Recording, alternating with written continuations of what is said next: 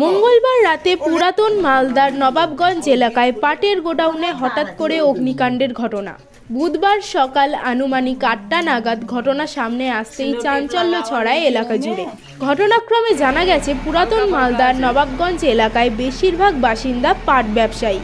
এক পাট ব্যবসায়ী অমর সরকারের গোডাউনে ঘটনাটি ঘটে। জানা গেছে, নবাবগঞ্জ হাটখোলা এলাকায় তার একটি গোডাউন রয়েছে। সেই গোডাউনে ছিল প্রায় 60 থেকে 70 কুইন্টাল পাট। হঠাৎ করে অগ্নিকাণ্ডের ঘটনাটি ঘটে। ঘটনার খবর পেয়ে ছুটে আসেন আশেপাশের এলাকার মানুষজন সহ দমকলের একটি ইঞ্জিন ও মালদা থানার পুলিশ। স্থানীয়দের তৎপরতায় ও দমকল বাহিনীর তৎপরতায় পরিস্থিতি নিয়ন্ত্রণে আসে। স্থানীয়দের বক্তব্য, শর্ট সার্কিট হয়ে এই ঘটনাটি ঘটেছে। যদিও পুরো ঘটনা নিয়ে তদন্ত শুরু করেছে মালদা থানার পুলিশ। ওই পাট ব্যবসায়ী অমর সাহা জানিয়েছেন, স্থানীয় এবং দমকল বাহিনীর তৎপরতায় পরিস্থিতি স্বাভাবিক হয়, তেমন কোনো ক্ষয়ক্ষতি হয়নি। ঘটনা ঘটার সাথে সাথেই আমরা ঝাঁপিয়ে পড়ি এবং আগুন নেভাতে আমরা সক্ষম হই। Sheffield Times. গতকালকে রাত্রে এখানে একটা শর্ট সার্কিট হয়ে পাটের গোডাউনে আগুন লেগেছিল। দমকলের ইঞ্জিন এসেছিল, সেরকম ক্ষয়ক্ষতি হয়নি আর কি। আগুনটা ভয়ঙ্করই ছিল। দমকল এসে ওটাকে নিয়ন্ত্রণে নিয়ে আসে আর কি। কটার দিকের ঘটনা এটা? কালকে 10:30টার টাকা, রাত 9:30। কটা দমকলের ইঞ্জিন এসেছিল? একটাই ইঞ্জিন এসেছিল।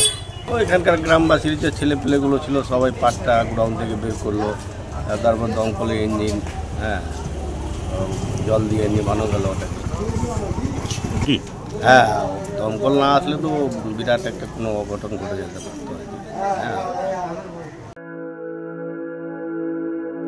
আপনি কি জটিল কিছু সমস্যায় ভুগছেন?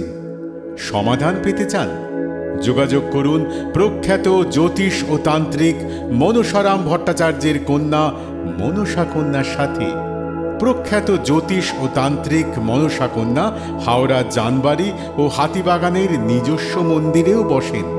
যোগাযোগ 9830106967 আর 9239655323।